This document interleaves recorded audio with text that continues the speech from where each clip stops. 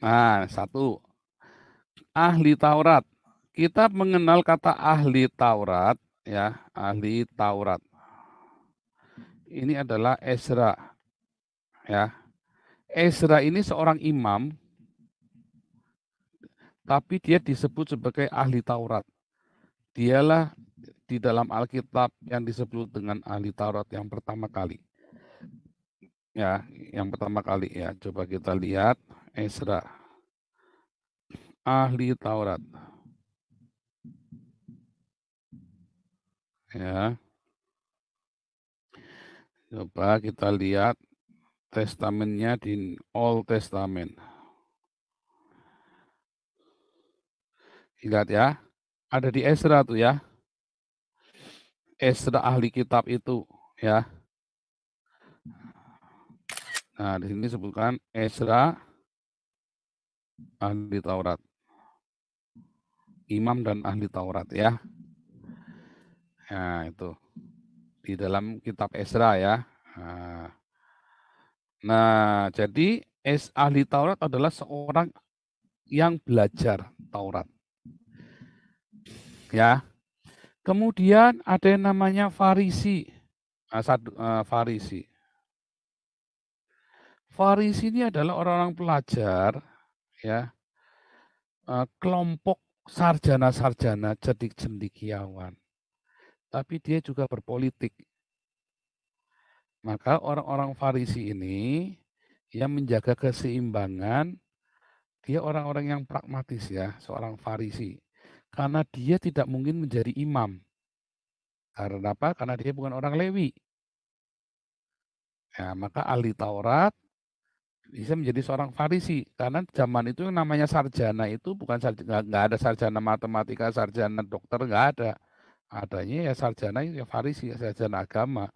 Lalu orang-orang yang belajar ini, karena ketika belajar Taurat, artinya mereka belajar apa? Hukum.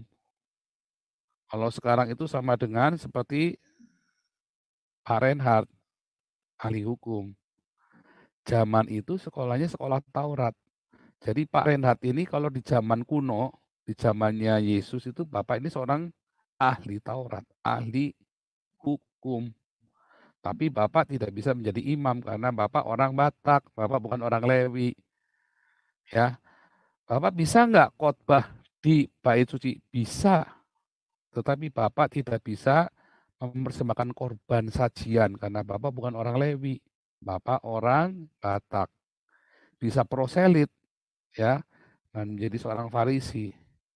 Dan Bapak bisa menjadi politikus yang menjaga keseimbangan hukum Taurat, hukum Yahudi dengan hukum Romawi atau hukum Yunani. Ya, itulah generasi Farisi. Lalu orang-orang Farisi ini, Paulus adalah seorang Farisi, ya, orang terpelajar, dan dia ada di dalam sana. Lalu ada orang Saduki. Saduki ini berasal dari Zadok. Imam Zadok ini adalah generasi imam di zamannya Raja Daud. Ya, lalu dia punya Bani Saduki, klan sendiri. Ya, mereka percaya nanti di akhir zaman yang pegang keimaman untuk bait suci adalah keluarga Zadok.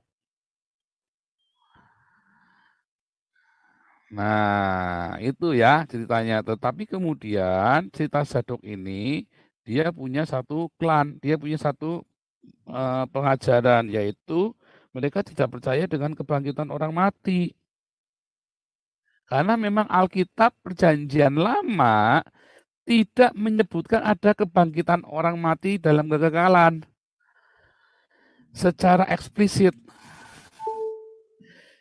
Yesus yang pertama kali menyatakan kebangkitan orang mati di dalam kekekalan.